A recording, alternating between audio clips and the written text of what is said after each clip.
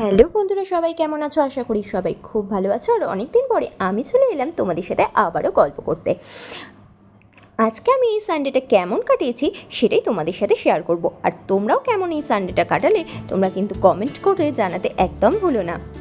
লাঞ্চটা তো বাড়িতে করতে একটুও মন চাইছিল না, তাই আমি অমনি আমার বন্ধুদেরকে কল করলাম। আর ওরা তো একেবারেই লাঞ্চ ডেতে যেতে রাজি হয়ে গেল। তো তাই আমরা চলে এলাম পার্ক স্ট্রিটে। আর পার্ক স্ট্রিট মানেই তো ফেমাস পিটার ক্যাট, আর আমরা আজকে সেখানেই চলে এসেছিলাম। আমি আর আরেকটা বন্ধু আগে চলে এসেছিলাম বলে আমরাই নামটা এন্ট্রি করে দিলাম। আর ওরা আমাদেরকে 1 ঘন্টা ওয়েট করতে বলল। এখন যেহেতু আমাদের বাকি বন্ধুরাও আসেনি, তাই আমরা এখানে একটু ওয়েট করব আর একটু ছবি তুলব। আর আজকের ওয়েদারটা দেখো কত সুন্দর, মাঝে মাঝে একটু একটু বৃষ্টিও হচ্ছে, আর কিন্তু আবার অল্প অল্প রোদও উঠছে। তাই ওয়েদারটা আজকে কিন্তু ব্যাপক ছিল। আর ততক্ষণ আমি তোমাদেরকে আমার ইন্ট্রোটা তাহলে দিয়ে দিই। আমি পূজা, আর তোমরা দেখছো পূজা স্টোরি। পূজা স্টোরিতে সবাইকে ওয়েলকাম। তো চলো আমার বাকি বন্ধুরা আসছে কিনা সেটাই দেখি। আর এখন তো সবাই প্রায় চলে এসেছে। আর আমরা এই 1 ঘন্টাটা ভীষণই মজা করেছি, এত গল্প করছিলাম, এত মজা করছিলাম যে আমাদের এই 1 ঘন্টাটা একটুও বোরিং লাগেনি। তো এখন তো এবার আমাদেরকে ডাকছে, তো যাওয়া যাক পিটার ক্যাটের অন্দরমহলে। এখন তো আমরা একদম ভিতরে চলেই এসেছি, আর এসেই আমরা একটা ভালো সিটও পেয়ে গেছি। আর সবাই মিলে বসে তো আবারও হাহা হিহি হাসি গল্প, এটা তো আমাদের একদম কমন ব্যাপার। আর এগুলো তো চলবে না, হতেই পারে না। এর মাঝে এবার তো আমাদেরকে সে মেনুটা ডিসাইড করতে হবে, তাই নিয়েই সবাই মিলে একটু আলোচনা করা হচ্ছিলো। কিন্তু আমি তো একদম জেদ ধরেই ছিলাম যে এসেছে যখন পিটার কাছে, চেলো কাবাব না খেয়ে তো আমি কোথাও যাব না। তো চলো ওরা মেনুটা দেখতে থাকুক, আর আমি তোমাদেরকে এখানকার অ্যাম্বিয়েন্সটা একটু দেখিয়ে দিই।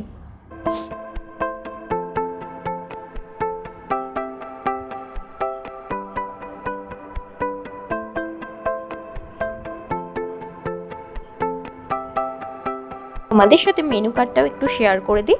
এখানে অথেন্টিক চেলো কাবাবটার প্রাইস ছিল 505, আর লাইম সোডাটার প্রাইস ছিল 120, সিজলারটার প্রাইস ছিল 530 মতো।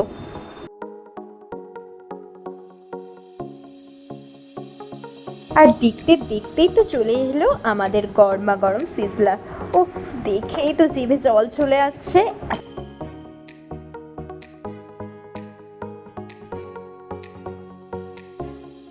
আর এখন তো চলে এসেছে পিটার ক্যাট ফেমাস চেলো কাবাব।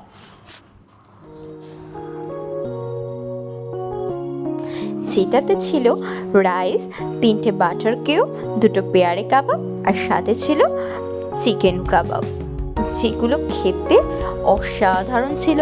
সাথে ছিল টমেটো আর শসা, আর ছিল এগ পোচ। অসাধারণ খেতে। যারা তো ট্রাই করেছো তারা তো জানোই কেমন খেতে, আর যারা এখনো ভাবছো তো তারা একবার প্লিজ ট্রাই করে নাও, দারুণ লাগবে। সত্যি অসাধারণ খেতে ছিল। তো এবার জেনে নেওয়া যাক আমার বন্ধুদের কেমন লাগলো, ওদের মুখ থেকেই শুনে নাও ওদের কেমন লাগলো। এই পরিচিতা কেমন লাগছে? তোমাদের কেমন লাগছে?